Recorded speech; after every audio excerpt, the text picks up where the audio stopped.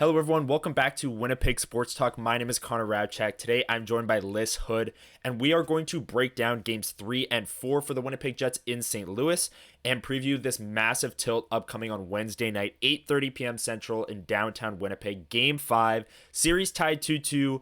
It's a massive, massive game, and we're going to break it all down today, including taking some questions from you, the fans, in our One Burning Question segment a little bit later on. But before we get to that, Lyss, how are you doing today? I'm doing well. I am getting almost a little bit tired of talking about these two games, but also it's like I need an outlet because it's all I can talk about, you know? And Mean Girls, when they're like, she was only talking about Regina George, and every time people weren't talking about Regina George, she was just looking for ways to bring her up. That's me with these games, but then I'm kind of tired of talking them too. So we're gonna keep rolling with it. It's gonna be a blast. Just keep rolling with it. Keep pushing through. The series is tied. It's not over. It's not over. They're not down 3-1 like some other teams around the NHL, especially on the Eastern Conference side, where on the West, every single series is 2-2. And the Winnipeg Jets have home ice here. But let's go back to games 3 and 4 for a second. Where do you think both of these games went wrong? What do you think the number one issue was for the Winnipeg Jets in these two games? It's funny that you ask it because I think these games were lost in different ways. I think though Okay. the results look kind of similar in terms of like, oh, blowout, no pushback, whatever. I think game 4 was better than game 3. I think game 3, Agreed. there was a lot that went wrong. I think there were a lot of things specifically on the Jets side that they couldn't hang. Game 4 was a little bit different for me. And I think in terms of what's going wrong, the reason I think I've been struggling so much with this is that a lot of it does come down to really on the one hand of the argument that I always bring up of the concept of large samples and large moments and where you manage to put up the good results in those big moments. No one's able to convert, no one's able to make kind of the little plays that need to be made, and I think they're capable of it. And that's why it's Hmm. really frustrating and really interesting to watch because you know that this is a team of guys who can score big goals, make big saves, and everything like that.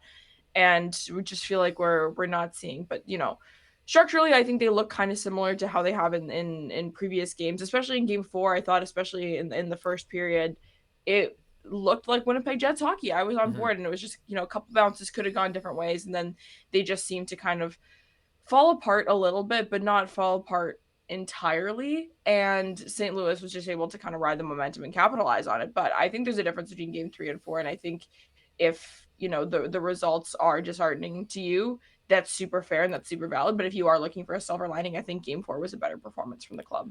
I agree with you. And the biggest thing going into game 4, we talked about it on WST Sunday Live that morning, was the start. The Jets hadn't had a good start in games 1, 2, and 3.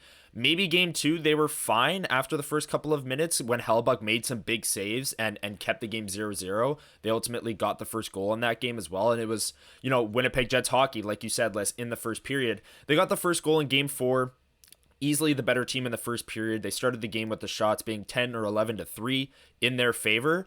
And then ultimately that goal late in the first, the Jake Neighbors deflection, made it so that coming out of that great start, you didn't really have anything to show for it. And I thought the first 10 minutes of the second period were fine as well. So I don't think that goal necessarily demoralized the group, but I think it was a big missed opportunity in the sense that they had two power plays in that first period as well, and weren't able to capitalize. And that's kind of been the story of this series so far, Liz. Let's move on to game 5 now and what we think has to improve for the Winnipeg Jets. Just taking a look here at some of the stats in this series. Obviously, each team is 2-2. St. Louis has scored 16 goals. Winnipeg has scored 10. Team save percentage 907 for St. Louis, 824 for Winnipeg. Team power play percentage 33% for St. Louis, 16% for the Jets. And penalty kill percentage, the opposite for both.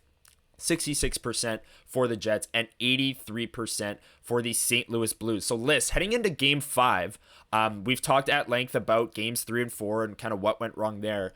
What do you think is the number one thing that needs to change if the Jets are going to get back on track? Maybe taking a look at these numbers here, and obviously the two in the middle there for the Jets, team save percentage and power play percentage, are at the top of the list for me. Yeah, I'm gonna circle the bottom two actually and just look at special teams as a whole because I do think that, if we want to talk about momentum swings and these big moments of these games and whatnot, the goals that the Jets have given up late in the periods there have really kind of been a kick in the can. And, at the end of the first period in game 4, going into that locker room tied as opposed to up by a goal, definitely, I think, sort of gave St. Louis a bit of the edge. I Sure. can't remember who it was that made the comment, but Huss brought it up on the show yesterday. The St. Louis Blues are winning the series 2-2, right? That's kind of how it feels. Even though going into that second period, the score was tied, you have to look at kind of the circumstances that led you there.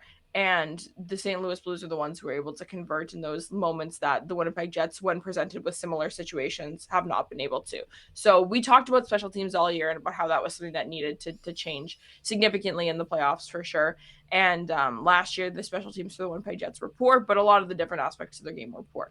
If the Winnipeg Jets were able to kind of make some tweaks and bump up their special teams numbers to look a little bit more like St. Louis's here, with the way they've played on 5-on-5, even throughout all 4 of these games, I still think they'd have the edge in this 3-game series here coming up to close it out in 5, 6, and 7. So I'm really looking at those special teams, and I hope that if Gabe already makes his return on Wednesday, that's able to creep that power play percentage up a little bit higher and convert on some of those pucks down low. But the penalty kill also has some work to do, and I think the decision making under pressure, specifically from the defenseman, has been what has been some of the killer in that penalty kill. Some of the failed zone clearing attempts have the St. Louis Blues have For really sure. been able to capitalize on. For sure. And I 100% agree with you there. I was saying it on WST Sunday Live as well, bringing this back up, but it was true in game 4 as well. The Jets' 2 biggest advantages, in my opinion, over the course of the regular season, they've actually lost the battle in so far through 4 games, and that is power play percentage and team save percentage. So goaltending and their power play were just dynamite in the regular season. They had the better power play and goalie in almost every single game that they played in, and that's why they were the President's Trophy winning team. Like, that won them so many extra games, and now we're here through 4 games, and Gabriel Velarde hasn't played yet. He's expected to play in game 5. That should really help the power play, getting them in big moments, like you said, Lyss, because you're not going to be able to change that number in a very small sample very quickly, because they already are 2 for 12, including team save percentage. Like, Hellebuyck's save percentage, even if the Jets win this series, isn't going to look pretty because it's already at an 8-2-4 through 4 games. But like you said, in small moments, in big moments, small samples, this Winnipeg Jets team needs their goalie to be better, and they need their power play to be better if they want a chance to win this series. And like you said, I remain with you on that. They're very much in the driver's seat with home ice advantage. Coming back home, they played their 2 best games of the series at home.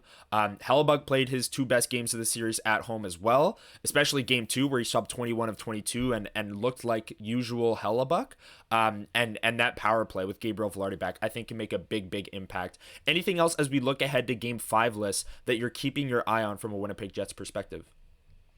Yeah, absolutely. And I think we'll get to talking Sure. a little bit about the goaltending situation. And I know a lot of the questions that we received. First of all, thank you everyone if you did participate in sending us some questions. A lot of them center around that, so maybe I'll put a pin in it for now. But I think it's the biggest circle that everyone has left unchecked on their cards in terms of what this series can look like is the goaltending situation.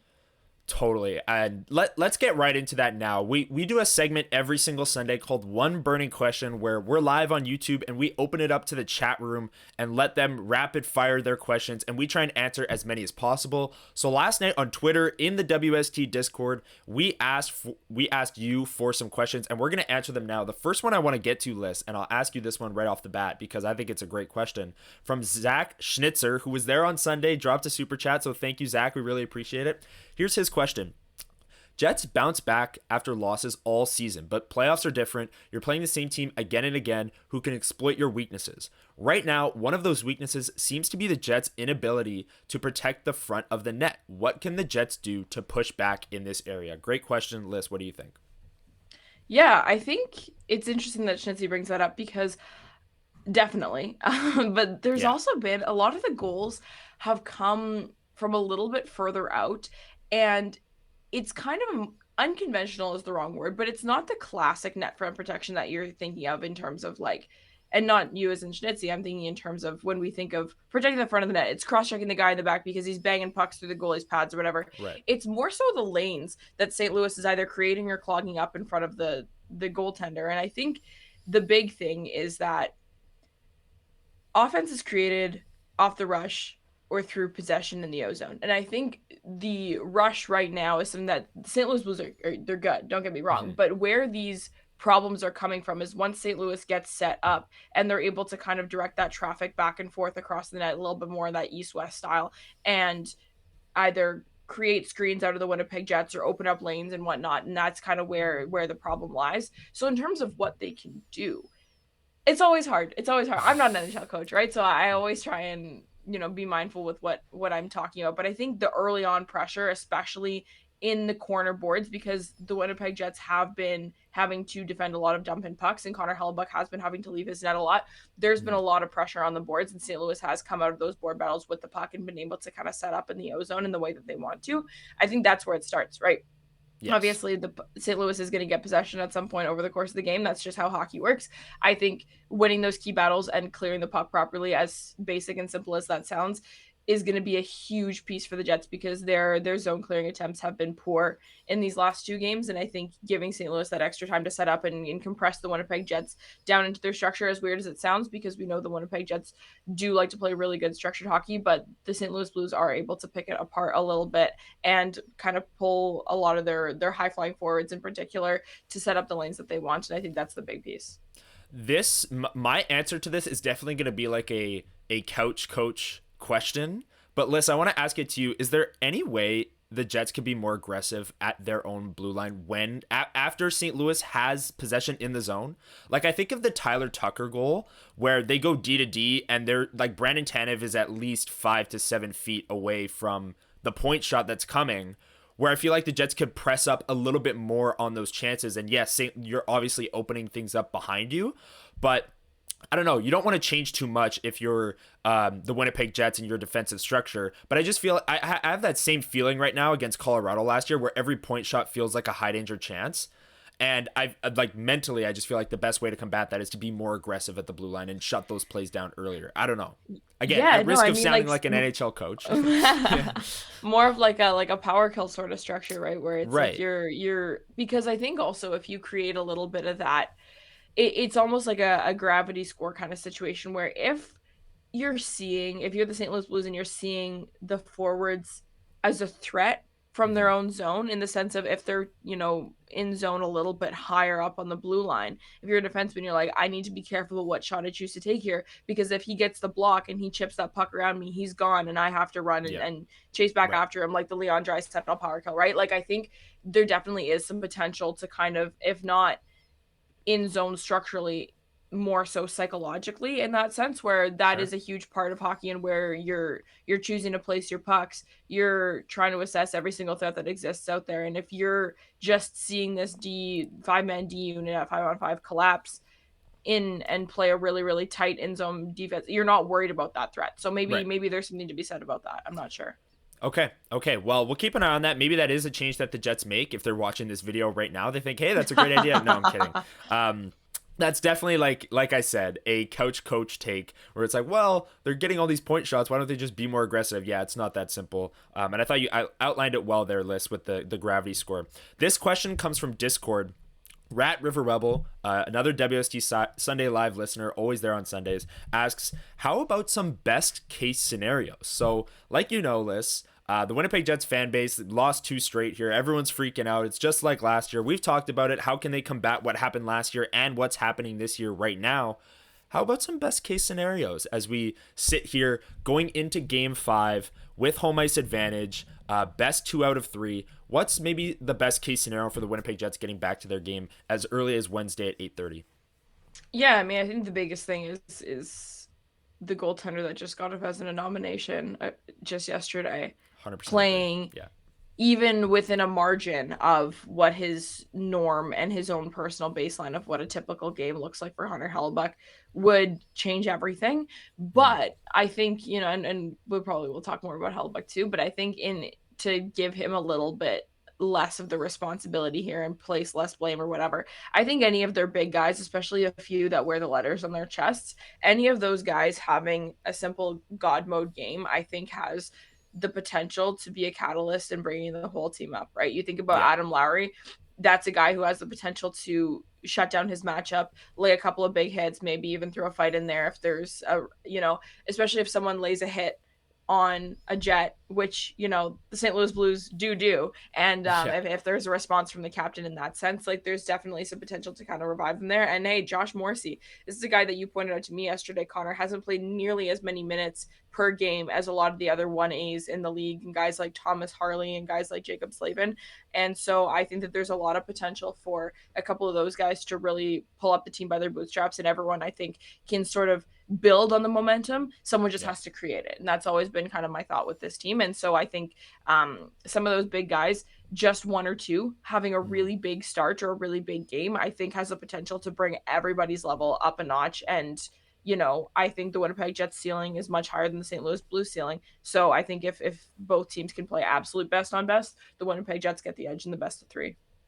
Okay, and my take on Game 5 and the rest of this series as a whole, I think your confidence, if you're watching this from a Jets perspective, largely hinges on how confident you are in Connor Hellebuyck looking like his usual self. And yes, there are absolutely issues in front of him right now, and we outlined those. The Blues are getting to the middle of the ice, they're getting in front of him and screening him all too easy right now, and the Winnipeg Jets need to do a better job boxing out in front of Connor Hellebuyck.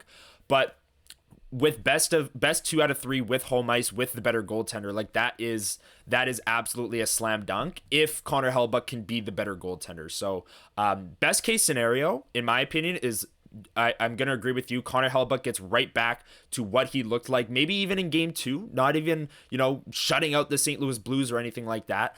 But getting back to what he looked like in games 1 and 2, especially the second half of game 1, when the Jets really didn't give up many shots either. And that smothering defensive structure can really help Connor Hellebuyck, who's struggling right now, see some shots from the outside, get into a rhythm. And when he's in a rhythm, he's the best goalie in the world. And getting Gabe Vilardi back.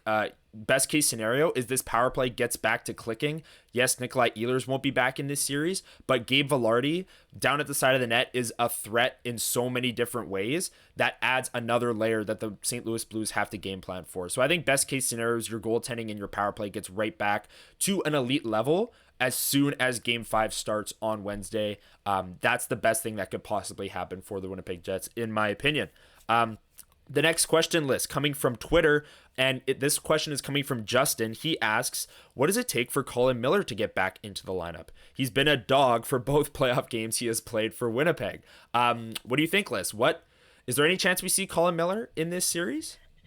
Yeah, I think the Winnipeg Jets like to play their game. And I think nobody would disagree with me on that, in that they have their lines that they like to run, they have their structure they like to set up, they have their set plays off the ozone draws. They like to play within structure. And that's something that a lot of people, the talking heads, the folks I like to listen to in larger media, that was their question with the Winnipeg Jets going into it. It's that we know they're good enough, but when chaos kind of trumps structure, will they be able to hang to the same degree that they can when it's a structured game? And the Winnipeg Jets like to play structured with their defense as well. Obviously, that's very, very, very not surprising to anyone who's hearing this. They have a very set way that they like to run their D pairings for the course of 60 minutes. Obviously, they can shift things around. You can get a Morrissey Pionk for an ozone start. You can get Sandberg Shen when you're trying to protect a lead or whatever you want to call it. But over the course of the game, for regular starts, on the fly, neutral zone, whatever you want, they have the offensive guy and the defensive guy. That's how the Winnipeg Jets run their pairings. You have Josh Morrissey and Dylan DeMello, and that's a pairing that's been excellent for the Jets for years now. You have Dylan Sandberg and Neil Pionk, and before that, it was Neil Pionk and Brendan Dillon. The third pairing is where that question comes in, and you have Logan Stanley and Luke Shen. Logan Stanley is the offensive guy, and I don't want anyone to get it twisted. I understand that he'll throw the odd hit here and there and stuff like that, but he is in that pairing. He's the guy who's moving the puck a little bit more, whatever you want to call it. And Luke Shen is the one who is like kind of the defensive guy, but Logan Stanley does kind of fall into that. Like, he's definitely lesser of that offensive catalyst because we know what his baseline is as well. Definitely For lesser sure. of that offensive catalyst than Morrissey and Pionk, but that's kind of the role he tends to take on a little bit more in that pairing. I don't know if it's the right role for him. So where I go with this is that I think if they were to take Luke Shen out of the lineup and Logan Stanley could play a little bit more of that stay home kind of whatever defenseman role, the Dylan DeMello and Dylan Sandberg, I think that pairing has a lot of potential to be one of the best case scenario third pairings for the Winnipeg Jets as it stands right now. So my answer for that is I think Luke Schenn has to come out of the lineup. I think that's the only way. Obviously, we know the handedness is a big part of this as well. And so they align there. I don't know if the Jets are going to be comfortable doing that because of what I mentioned about the whole, okay, who do you put out there for the big penalty kill or to protect the lead, whatever. But maybe if you don't get into that situation, you won't need someone to come out and protect that one goal lead if you can go up by 2 or 3 kind of thing. So I think that, again, more of the game is played in that even stakes kind of even playing field 60 minutes there. And I think Stanley Miller is probably the way I would go if I was Scott Arniel going into game 5 on that third pairing, just because Luke Schenn has really, really struggled in games 1, 3, and 4. Yeah, and to answer the question a bit differently as to what it would take for Luke Schenn to come out of the lineup. If he's in game 5, I'm not really sure because I agree with you. He mightily struggled in both games 3 and 4, and struggled to move the puck out, was smothered by the St. Louis forecheck. Colin Miller, the one game he played, moved the puck effectively, was one of the Jets' better defenders in that game. And we'll see. We'll see what Scott Arniel elects to go with for game 5. With the home ice advantage and last change, I would not be shocked to see Stanley Schenn again, because that's the pairing they ran for the first 2 games at home where they had last change. And Scott Arniel might look to go back to that, but I agree with the premise of the question that I think Colin Miller has earned his way into this lineup, especially for game 5. And I like the point you outlined there about Logan Stanley shifting his role with a Colin Miller versus a Luke Schenn on his pairing. So yeah, that's that question. Let's get to one more list on the way out. This one's from Waiters27 on Discord. He asks if Vilardi should go right to the top line or keep Iafallo there. What do you think? If Gabriel Vilardi's back in the lineup Wednesday, where do you think he should slot in, Lyss? It's really funny because I think we do go a little bit squirrel with our opinions on different lines and different combinations and pairings and whatever you want to call it. There was a period of time where a lot of people, and I almost looped myself into this bucket, but I wasn't really totally on board just because I didn't really like the idea of Gabe Vilardi with some of the other guys that he might play with, Sure. Where people were like, you can't break up Connor Scheifele Iafallo. They were good at the end of the season. They were good going in games 1 and 2, whatever, but like the shine is worn off, to use a Dmitry Filipovichism. Like I think a lot of people are like, okay, like maybe this line isn't as untouchable as we maybe thought it was a week, 2 weeks, 3 weeks ago. So I put him back up where he's supposed to go. That's what I would do if I was Scott Arniel, and I think that's what Scott Arniel will do, especially considering the fact that he might have been ready for game 4 and didn't play. I think he's probably ready to come in and take on his regular role. And here's the thing. Even with Iafallo actually being this fixture on that line and playing up there, Cole Perfetti has taken a couple of shifts with Mark Scheifele and Kyle Connor. So if you want to load manage Gabe Vilardi in his return, well, heck, that's a pretty good option to throw a couple of Connor Scheifele Perfetti shifts out there to maybe ease some of Gabe Vilardi's 5-on-5 minutes and whatnot. Alex Iafallo is not a guy who I'm putting any blame on this particular situation that the Jets find themselves in of losing the series 2-2 right now. But he's a guy that I think needs to stay in the middle 6. I don't think he can go back from, he's been yo-yoed first to fourth line pretty consistently this year with a couple of sprinkles in the middle 6 there. But I think he's a guy who would definitely bring a little bit of juice to the middle 6 if he was given a more permanent fixture there, especially with Ehlers still not being back. And heck, even when Ehlers is back, I'd like to see him stay there and see maybe a guy like Mason Appleton get the demotion. But I think my answer to Waiter's question is that I think Gabe Vilardi goes back to where he's supposed to go, because in part of the fact that the novelty is worn off with Connor Scheifele Iafallo, and also because Gabe Vilardi has not played meaningful minutes with anybody else on this team this year, and you need him to come back and be a high impact player in the O-zone, and I think that's the best way to do it. And on the topic of Vilardi being on the top line, to your point of, the shine kind of wearing off of Connor Scheifele Iafallo, yes, those players were incredibly clutch in games 1 and 2 and got them those 2 series wins, at least offensively. But if you look at their goals for and against in this series at 5-on-5, they're 3-3, and all of their metrics seem to suggest that they're kind of getting lucky at that 3-3 metric. They're well below 45% in every underlying metric that you want to look at: expected goal share, shot attempts, scoring chances, high danger chances. All the share of those metrics, they're below 45% in them. So I'd agree with you that put Gabe Vilardi on the top line, put him on the top power play unit. When there's a defensive zone start, maybe start Alex Iafallo there so that you're managing Gabriel Vilardi's minutes a little bit more in that sense. But I agree with you also in the sense that Alex Iafallo has earned his way into a middle six role. He, in my opinion, does not go back down to the fourth line. I think he should stay on that second line with Nemestikov and Perfetti. And then Niederreiter goes back to his usual spot as well on the third line with Lowry and Appleton. And you're kind of reuniting the first and third line that has played so much together this season in a massive Game 5 on home ice. You're going to go back to what you know, and what Scott O'Neill knows is those two lines. He's played them so much this year. So I think we'll see Gabe Vilardi on the top line. And I actually don't hate the decision. I know some people will want, to bring out the blender because the Jets have lost 2 games, but I think they can get more out of that top line, and I think Gabriel Vilardi being there will bring it. Lyss, last question before we go. I'll give this one to you. This one is from Twitter as well. The question goes, why is Helly untouchable right now? I am a huge fan of his, but there's no explanation other than jitters for this. It's astronomically bad. He's phenomenal in the regular season, but Comrie should likely get the start, right? ? And that is the question and your answer. Interesting. Yeah, like I mean, here's the thing. It's kind of like if you go to like the FanDuel sports odds right now or whatever you want to say, and like Connor Hellebuyck is still like top 5 in odds for winning the Conn Smythe. And it's because it's kind of like a catch 22 moot point, whatever sort of thing. Like if the Jets are going to win anything, they need him. So Yes. you can't, this isn't a Stu Skinner, Calvin Pickard situation here where it's like coin toss, one or the other.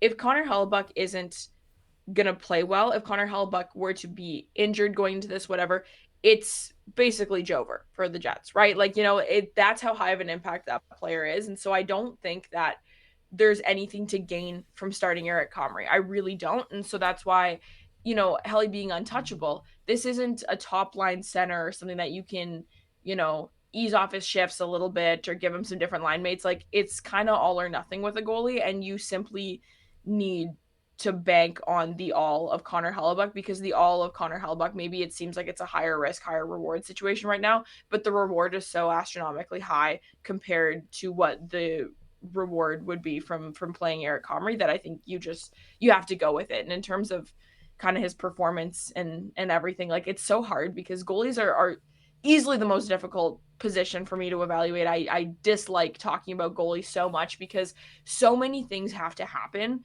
in order for a goalie to make a save or let in a goal, right? There's so many different things, and there's layers and layers and layers of line mates and positions and structures and who the different guys are and what the shot looks like and so many things.